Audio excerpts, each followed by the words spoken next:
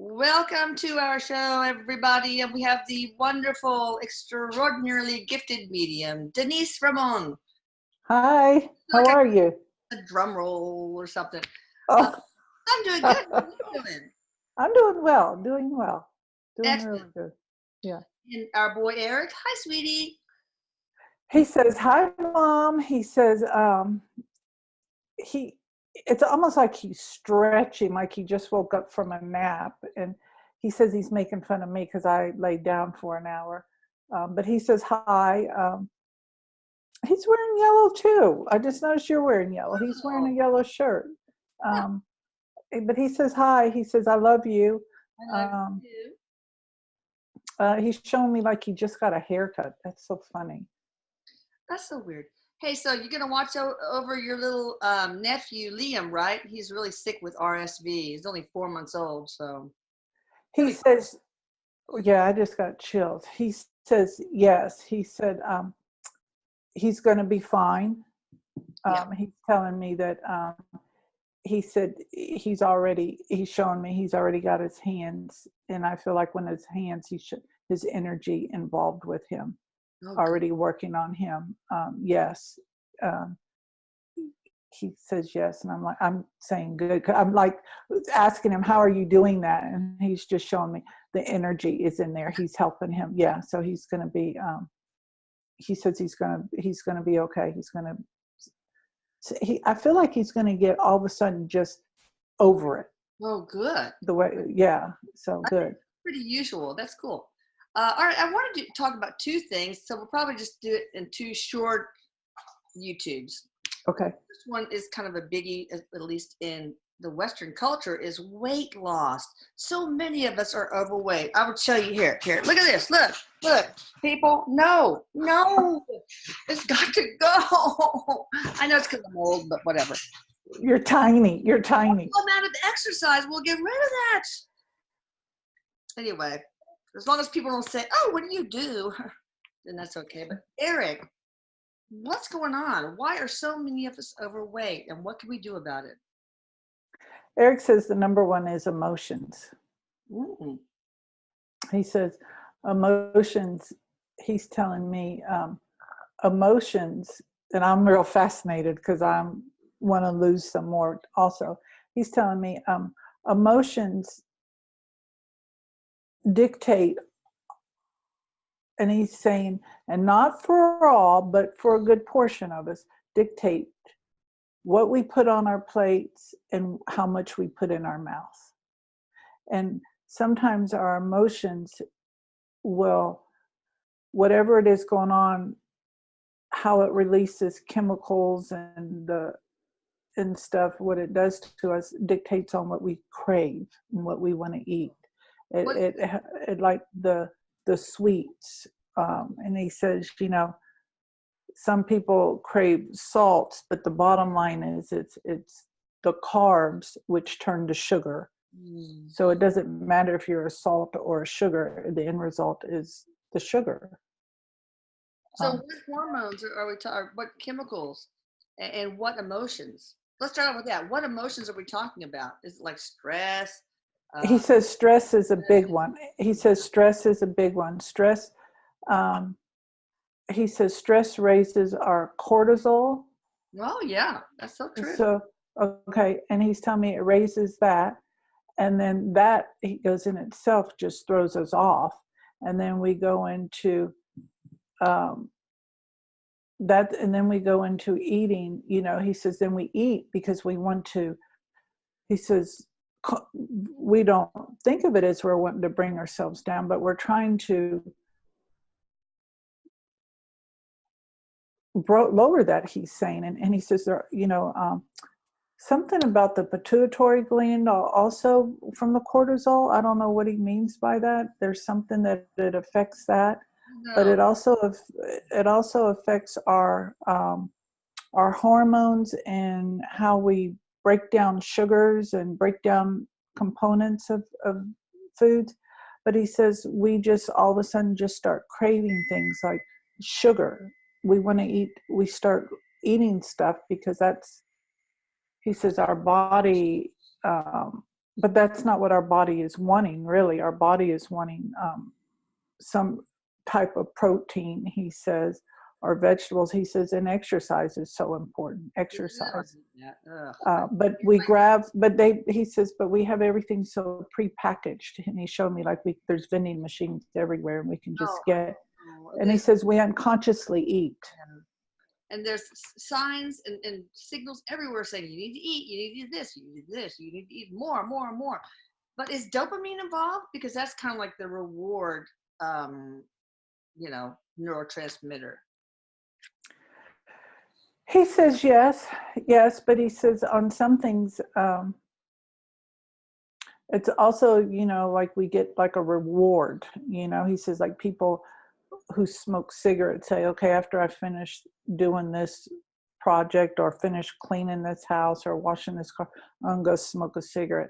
People do the same thing with food. They're like, okay, and it's kind of like a reward that they're rewarding themselves with, but they're not, but when they're eating, they're unconsciously eating, he's telling me.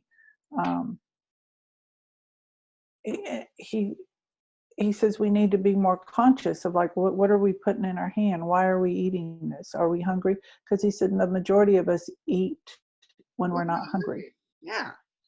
And fasting, I mean, really low calorie diets are very common in these places where the people live to be 120 or whatever. I don't want to do that though, but I guess a lot of people do it to soothe themselves, like to pacify themselves. Yes. He says sugar is a very powerful drug, he's saying, and when he's saying that, he's showing me white sugar is what he's showing me, the white sugar. He says it's a very powerful drug, and when he's saying that, when I used to eat sugar, I would get like a high from it and then a crash. But he's telling me, and he's saying, yes, people get the same thing. It kind of soothes them for a few, 5-10 minutes while they're eating it. And that's why they continue to eat more and more, because they're wanting that same feel. They want to feel good. And then the next thing you know, they've expanded 3 or 4 sizes. And then they get to a place where they're depressed, and then they just keep eating to feel better. And he's talking about the people where you said that eat very low calorie and fast. He says, our bodies do not require as much food as these places serve you. And he's showing me plates of like in a restaurant, and he says that's enough for 5 people. Yeah, I always see that. I love it when I went to Chuck E. Cheese one time with the kids when they were little. They had the salad bar. Oh, you can eat. And these very obese people were eating, but they had this, the salad was just the plate was huge with potato salad and all that kind of stuff. They probably thought they were doing themselves a favor. But when my Norwegian relatives come over here, they are shocked by the portion sizes given by restaurants. It's crazy. Yes, he's telling me that people in Europe eat breads and pastas and rice and stuff like that, but you don't see that type of obesity over there because, one, he says it's very fresh, it's not prepackaged, and he says, and the portion size is what we use for an appetizer. He says even our appetizers are big, and but he says yes, he's telling me how your relatives, when they come over from Norway, they're thinking, oh my God, it's like, he says those people feel like we're killing ourselves with the amount of food that we eat. Yeah, because we are. Yeah, he said literally we are. He says. So if we decrease the amount we eat little by little, because we're so used to these big portion sizes that we get really hungry if we don't have those same sizes. So I guess if we just slowly decrease to having the just very small portions, then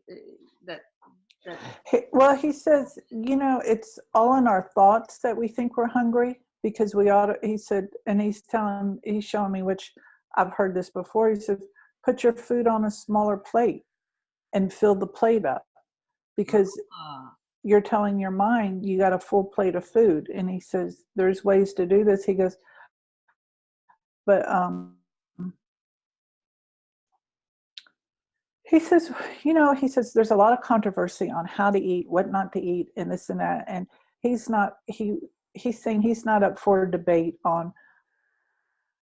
how one should eat and how one not should eat. And I feel, and when he says that, he's saying you do what's right for you. And when he's saying that, he's not saying, he's referring to like vegetarian, vegan, and meat eater or however, because he's showing me, like, if you want to eat meatloaf and mashed potatoes, just use smaller sizes and do a smaller plate. If you're vegetarian, he says, do smaller sizes. And when he says that, because I know several vegetarians, and I call them junkatarians, because they are not healthy eaters.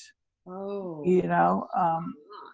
A lot of the I see in health food stores look awful, like waxy and yellow. But my sister had been a vegetarian since she was a little girl. And I guess a couple of years ago, she said, I want a side of beef, man. And so she started eating meat and felt a lot better. Yeah, he said, and when because he says it's all about nutrition, and you have to have a balance, and he's of whatever it is, however you eat. Because he's telling me, you can eat a lot of bread, or he says there's a lot of vegetarian cookies, a lot of vegan cookies, a lot of vegan bread, so it's how he goes, it's eating, and he says there is some truth about eating like the colors of the rainbow. He's telling me, because of having colorful food on your plate, and he says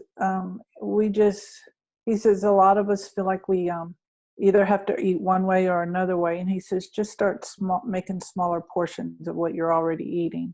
Rainbow, I never heard of that. So I'm supposed to eat M&Ms. Skittles for breakfast. He was doing Skittles.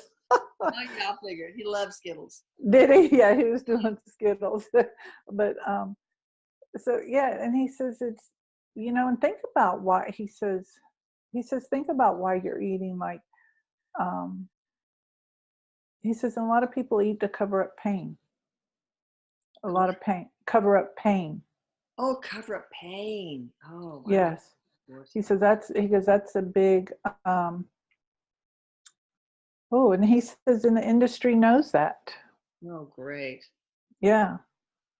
Okay, so back to vegetarianism and stuff. I remember somebody asked me to ask you, Eric, a long time ago, isn't it better to be a vegetarian? Isn't that kinder? Eating things that don't have space. But you said that every soul is equally valued, whether it's broccoli soul or a cow soul, and that you just have to humanely raise and kill them and be grateful for it. Are you still backing that up? He said yes, and he said yes, because he's saying, and when you ask that, he says, because he's saying, Denise, you can communicate to plants, because plants talk. Oh yeah.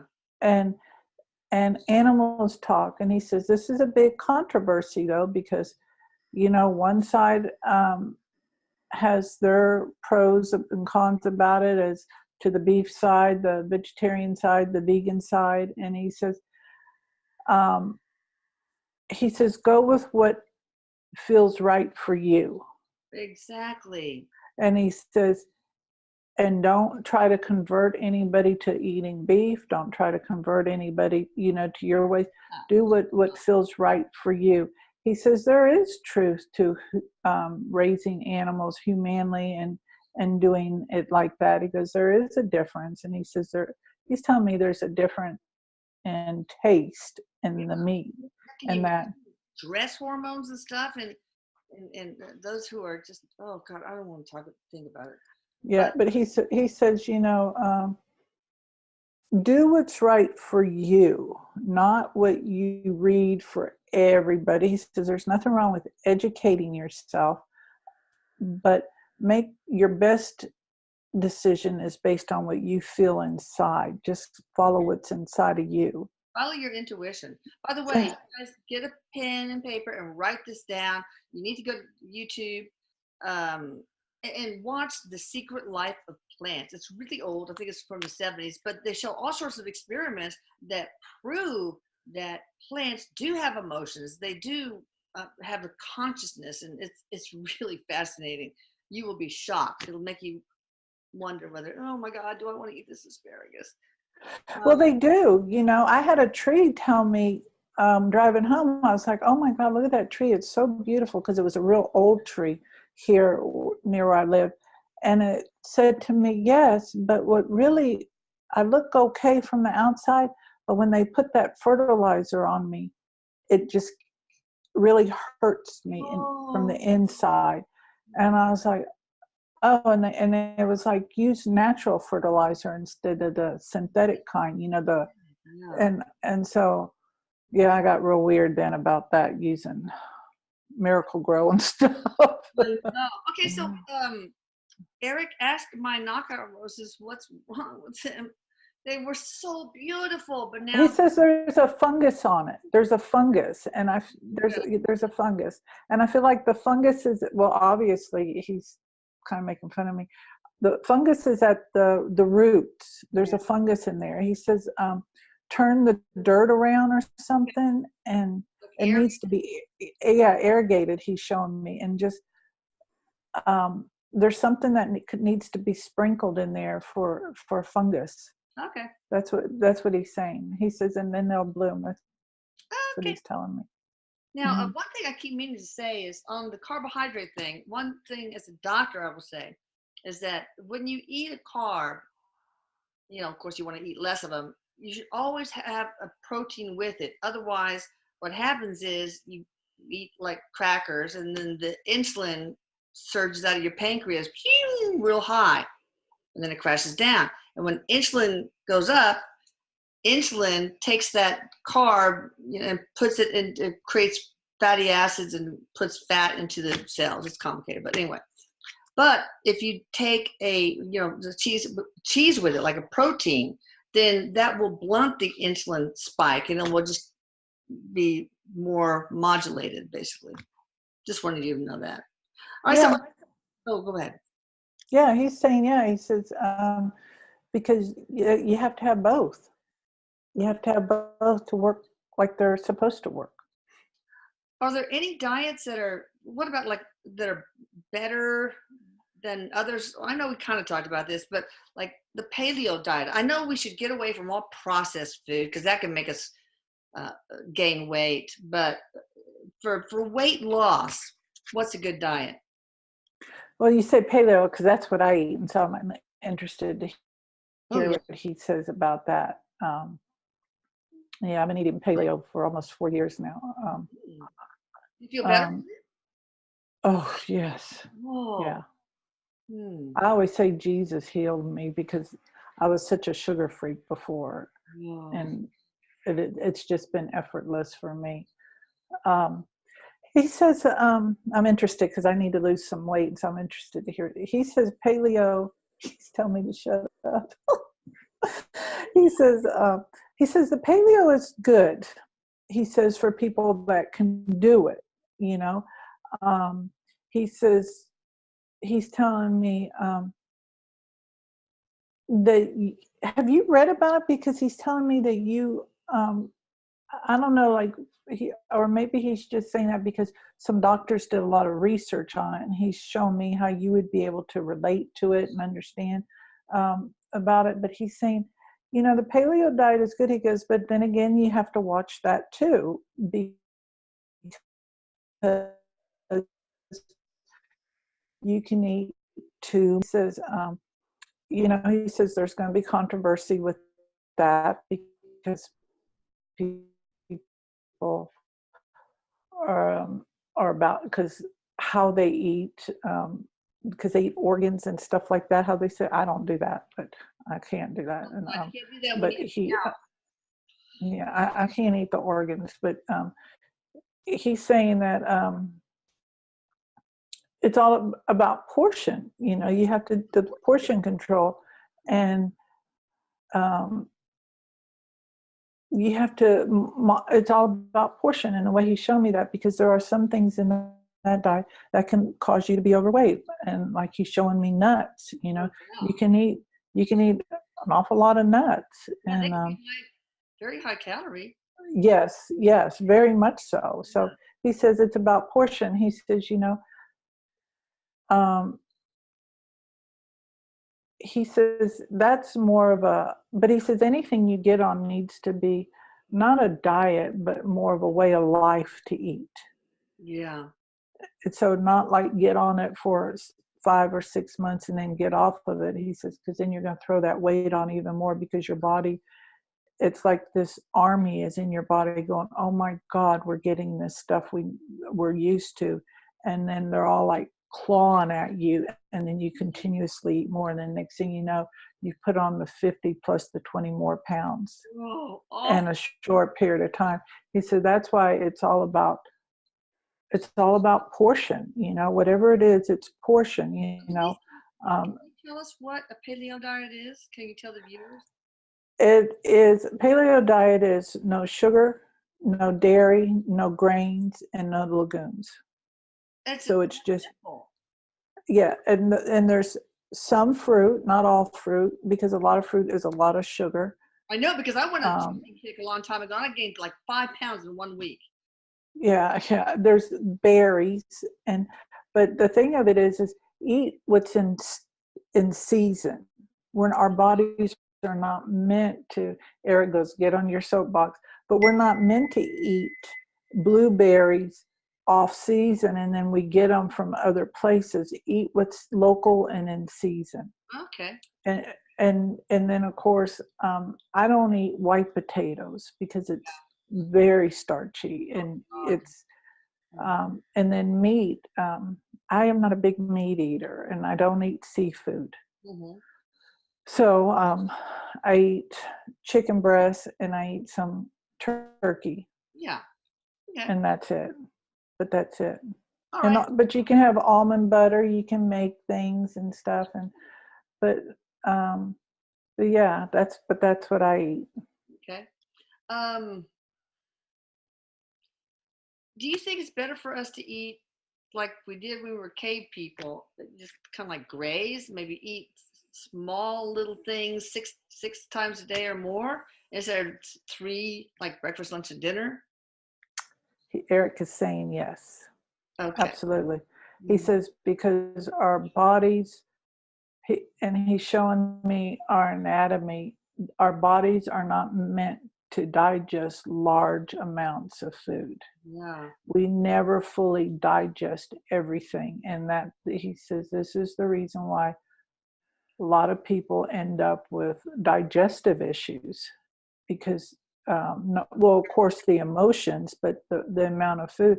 He says, and that's why he says the people in Europe, they eat small portions. He's showing me like they understand it, but yes, they eat small portions of food So that's pretty, 6 times a day. that's the biggie. That's the big lesson in this. Uh, do diet drinks cause weight gain? I mean, that's He's he says yes because and is I'm asking he's saying yes because he says what it does is it sends a message to our brain saying we're intaking a sugar drink. okay. So it's our body, our metabolism in our body is responding to that in the same manner. But he says, but in addition to that, our body is also being gravely affected, and this is his word, gravely affected by all the chemicals that are in a diet drink. Well, I hear that when they store these like Diet Coke and stuff in warehouses, they get heated up, that they produce I don't know if it's trace amounts, but formaldehyde, and that can't be good. He said it's true. And he's showing me there's Well, you something could also hold me too. and die, maybe. And he's also telling me there's also a chemical reaction with that in the aluminum that they're stored in. And then also, and I'm asking him, is it with plastic too? He goes, not as much with plastic, but with the aluminum, with that. Okay. Yeah. Okay. And he says that's why he goes, and they know they're smart. He says because they know people are getting a little leery of that aspartame in that. So now they're going to the, what is it, the stevia. Oh yeah. Is that better? Is that? He says you have to be careful where you're getting it from, where it's from. It's kind of like sugar, sugar is not bad for you, but it's what the sugar, it's like, are you getting it in its raw form or, and he says, just, you have to be very mindful of that because it is a processed and you have to know where you're getting it from. Okay. So what is the best sugar to have? Like fructose or sugar in the raw or brown sugar? I mean, what do we do? Cane sugar? Um, he says, in moderation, he's showing me sugar in the raw, which is that brown sugar, honey. Oh yeah, honey. And he says that agave or agava or something he's showing me. Oh yeah. See, yeah, that's He goes cane sugar, but again, you have to use that in moderation. He says, we don't need to have everything so sweet. okay. What about skipping breakfast? Does that cause you to gain weight? Or does it not have much effect? Eric says that doesn't cause you to gain weight, but it does cause you to eat more later. Oh, I see. But he says, It didn't lower your metabolism. He says, not the way people think, but he says, when you have breakfast, he says, you can have an apple Yeah. and some nuts. It doesn't have to be, well, and of course, he showed me a big thing of Grand pancakes. slam. Yeah, but he says you can have some. He says you can even grab some nuts or an apple or a tomato. He's saying, or something quick, or a hard-boiled egg, or and I'm assuming it's hard because he showed me the egg, or it, or he's showing me avocado. He says avocados are really good for you in so many ways: your skin, your hair, everything. He says it's very nutritious for us in so many ways because it has a good amount of fats. He's telling me it has protein and it's very good for our skin and our hair and everything.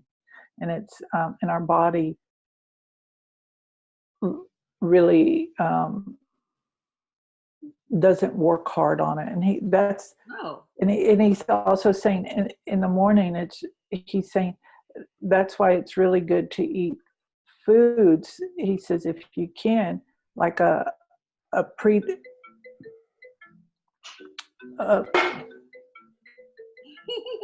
sorry, Life happens. it's a telephone solicitor. No. But he says that it's, if you can get things that are like, he's saying there is some truth to it, like pre-digested food. And I'm asking, but he's saying, yeah, something so your body doesn't have to work so hard in the morning. That's why sometimes you get real tired after you eat. Yeah. And because your body has to work harder. But he says, like just grab, some fruit or Have a mommy bird regurgitate in your mouth every morning. We're done. Gross. But okay, so are there chemicals that are in what kind of chemicals in foods can contribute, if at all, to weight gain? um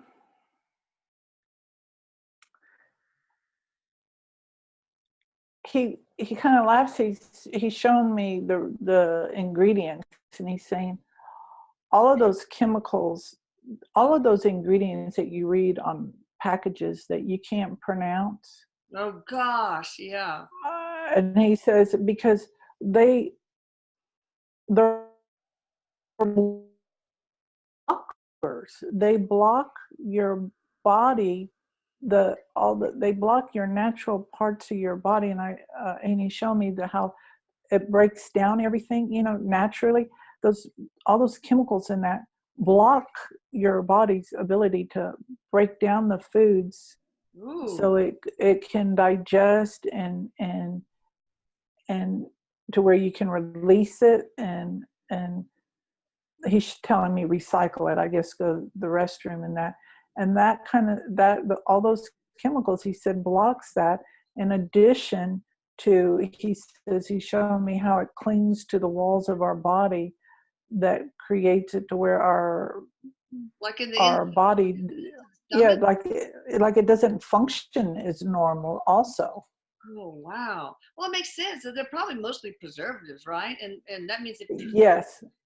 And he says some of those preservatives are pretty toxic. Yeah. But you know what? It's about the bottom dollar, the bottom line. I mean, if they have spoilage in these companies, they lose money. So. Yes, he says it is. He says, however, he says, that's the message that people are hearing is that they can't afford it. Buy this cheaper stuff. They made it more accessible for us to buy more food for cheaper, and that's the message that we've got caught up in. And he says, but we can buy foods that are healthier for us, and we don't have to listen to that message. He goes, but we think we can, so then therefore we can't. He says, but we can. And he says, but we're used to, and he's telling me, like, we just had a football deal last month. And he says, that right there, people bought tons of stuff for the football. What did we have? Super Bowl. Oh, yeah. Because he keeps showing me a party. The Super Bowl party, he says, people go out and buy a ton of food. And he says, and the majority of them didn't even have 2 things in their basket that were not processed. No, of course not. Oh, gosh. Mm-hmm. What other things do companies do that tend to make us overweight? Food companies, people who produce foods. Like any chemical sprayed on the crops or anything. Well, it says everything just about what they do, because they're so far detached from their primary purpose of why they're doing it, creating these food products. And it's about their mind thought process is to create food products that our bodies will crave and that we'll buy for cheap. And then they stick labels on it that we go, oh, this is all natural, or this is not genetically modified. But we forget about everything else that we're reading. It's something that's genetically modified, but he says, but it's got a ton of chemicals in it, preservatives and stuff. Aren't that some things genetically modified so they don't have to use preservatives and stuff, so that they're like hardier, whatever, plants, etc.? So things that some GMO is good, it seems like.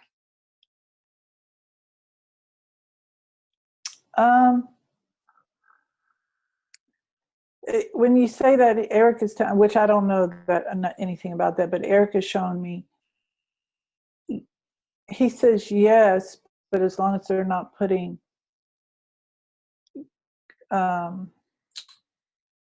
as long as it still stays a food. He says, yeah. because he says we get food and it's not really food. It looks like food, but it's not really food. And he says that's the problem with a lot of these kids this age. And he's showing me like from 20 and under, like they don't even know what real food tastes like because they've been raised on um, products to mimic what food is. Are you talking about Twinkies, Oreos? Now, what are some examples of something that is really to the point where it's really not shouldn't be considered a food?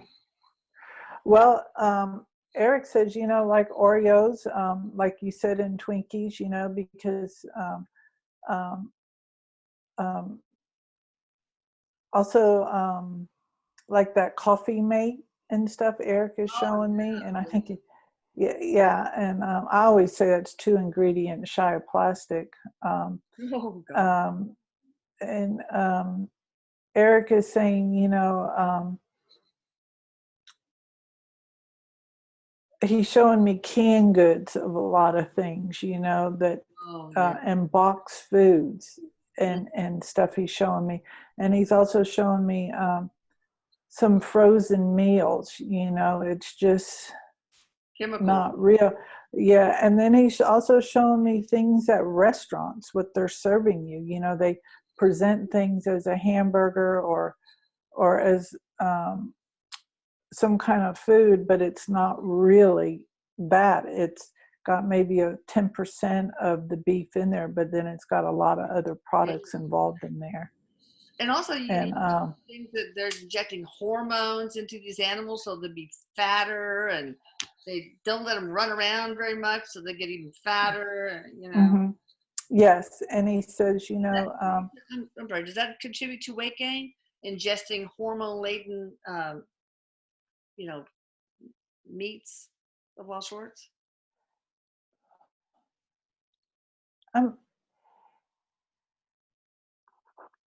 He says it's how the people who they're raising their herd, are they doing it for, he says to me, some ranchers raise herds, and he goes, he knows that people will probably have a lot of comments. I'm telling them things. That there are ranchers that raise herds with compassion. Mm-hmm. And then there are other ranchers who raise herds for mass production. Mm. Just like, and he's also shown me that with the chickens who lay eggs. Yeah. There's some people who raise chickens in a very humanitarian way. They have free range of an acre or more, of land to run around in. And then there's some that they are in a Cubicle, yeah, awful. yeah. So it just depends. Is that even allowed? Oh, because nobody questioned it. He said nobody questioned it. terrible. So these meats, they create their own hormones of stress. I mean, sometimes they're actually injected with estrogen and all that, and that probably does make us gain weight. But just the cortisol, the stress hormones that are elevated, does that get when it goes into our body? Does that give us a propensity for weight gain? He says he's saying yes, and it also has something to do with because we're digesting their stuff, Yeah. and he also is telling me how that affects our digestive system as well. Really? How? Because it's all energy, and we're putting that in us. He says, and he says so. It's Eating terror. Mm. mm-hmm. He says it's mindful it's important to be mindful of where you're getting your food. But he says not just that, but just pay more attention to how it feels when you're picking up a package. Like he's saying, like we just go into a store numb, picking up stuff. We're not even consciously shopping. He says we're just numb to Some it. people who know how to do muscle testing can pick their food that way. So, like, you know, uh, your your body inside has this wisdom, this higher self, maybe I don't know what it is, but you can muscle test like, is my hair purple? And that's a no. Is my hair brown? And it's, or you can do arm, or sometimes some people do it like leaning forward is yes, and leaning forward back Hmm. no. So I don't know. Y'all research that because I don't know enough to tell to. Eric says that's like taking control of the situation. He says, because we do, ultimately, we do have control. We'll pick this I'm up. sorry? Like, do I pick this cantaloupe? Okay, put it in the basket. Mhm. Looks okay. So why are certain races? Oh no, wait. I want to ask too about like Roundup and things that are sprayed on crops. Does that make us gain weight? Any of those kind of things?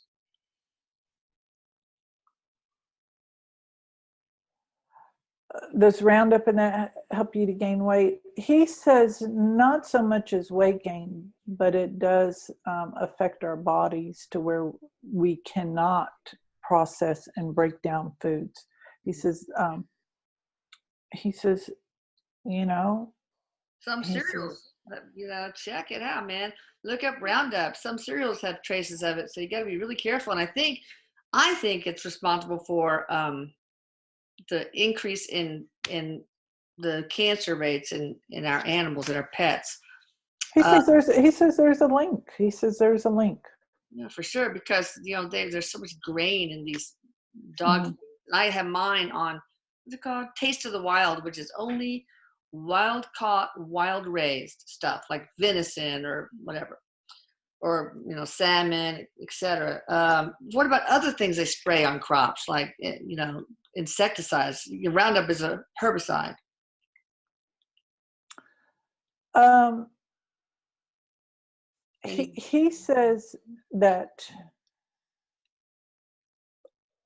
he's showing me how they have acreage of stuff. So um, he says, so they have to, he's showing me that they have to spray stuff, but I feel, well, he's telling me that some farmers have gotten to where they aren't as, they're not soaking their crops in pesticides, but they just do a light spray to keep it from going over there. Because he says, it's about money. They're not going to make money. Um, and he says, but there are things that we can do when we buy our produce. Um, he said some things you do want to buy organic because you can't wash it off as readily. He says, but there are some crops that you can soak it in a vinegar-based type stuff and get that pesticide stuff off of it because it doesn't absorb it as well well, as aren't much. there pesticides that are organic, like neem oil? That the maybe it's too expensive for the farmers. All right, we need to close here pretty soon, but I have just a couple of more questions. We're talking about portion control.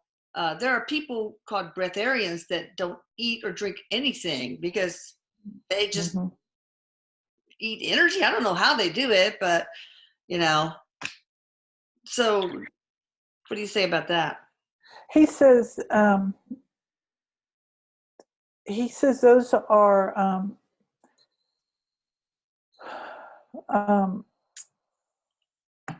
beans that they he's making me feel like they're different in a sense, but he says, and it's true, there are more than what we realize that are like that. And he says they fuel and feed themselves from within and from the ground. And when he says the ground, I feel like the earth.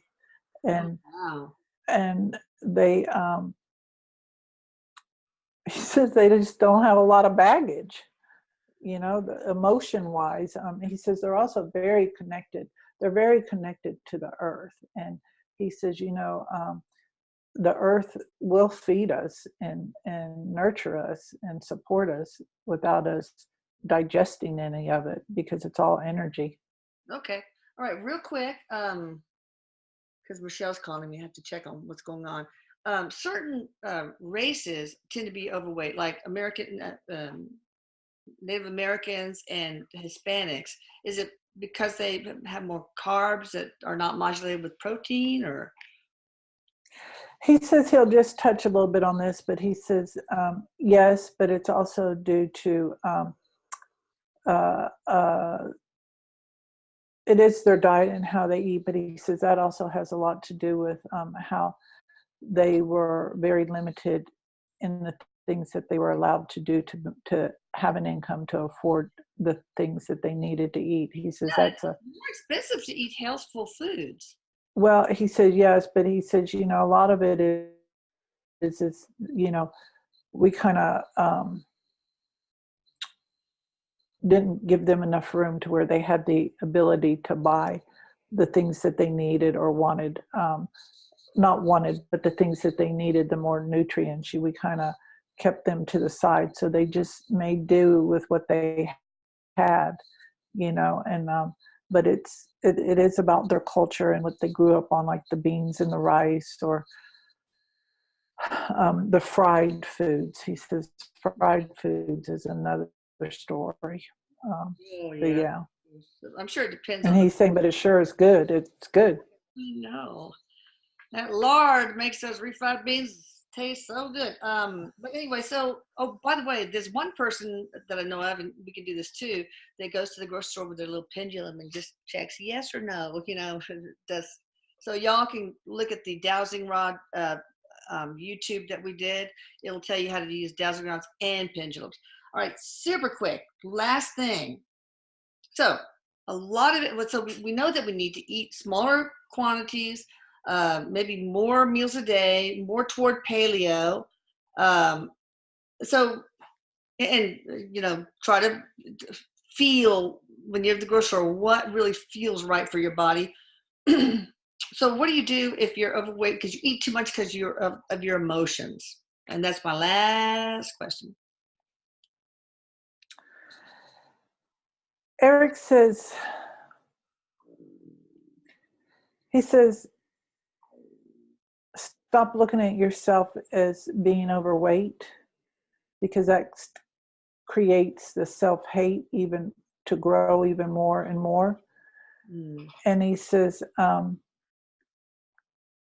start focusing on how you're going to love yourself. And each time you take a bite, just know that how that's showing your body and everything about you, how much you love yourself. When you eat an apple, he says, stop looking at it as you're beating yourself up and you're not worthy. He says there's a lot of shame for people that are obese. Yeah. There's a lot of discrimination, he says, Oh, awful. and they digest that along with everything else. And he says don't make it about weight loss, make it about loving yourself. And the more you make it about loving yourself, the more you'll start seeing the weight come off, because you won't want to eat a package of cookies or a 20-ounce ribeye. You'll want to eat Something more healthful. Yeah. yes. So I'm sure there's some people like women who have been raped and they maybe subconsciously eat a lot because they want to be unattractive to men. Yes. So there's that. But Yes. so what kind of therapy? I know that Ali O'Shea, apostrophe SHEA, has this awesome self-love workshop that I think would benefit anybody who is overweight. But any other last recommendations of how to love yourself, how to get rid of the emotions that contribute to weight gain? Eric says you really need to find someone that you can confide in, that's nurturing and loving. And a lot of times that's not going to be a family member because they're a part of the illness per se. But he says you definitely have to find someone that's nurturing and compassionate and loving towards you that you can talk to about this, whether it be a therapist or a healer, or there's all different types of modalities, because you can get healing through acupuncture, through massage, yoga. He says, and tapping is real good, because you don't have to really regurgitate everything in order to heal.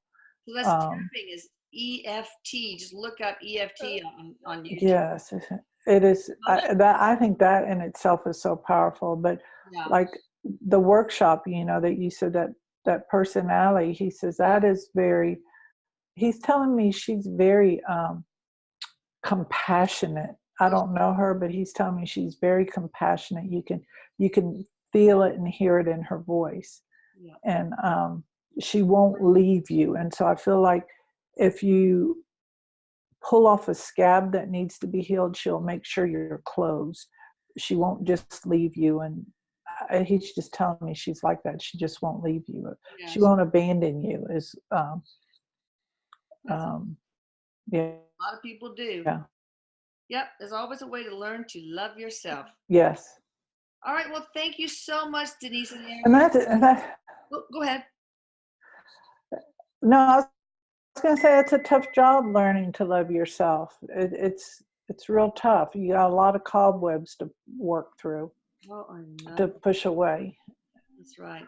But Eric says, he's hugging you. He says he loves you, Mom, and he's just squeezing you. He's loving you. He says he goes, I just love you, Mom. He just really wants you to know that. And got a lot of goosebumps on my right leg lately. I know that's him. So yes, very much so.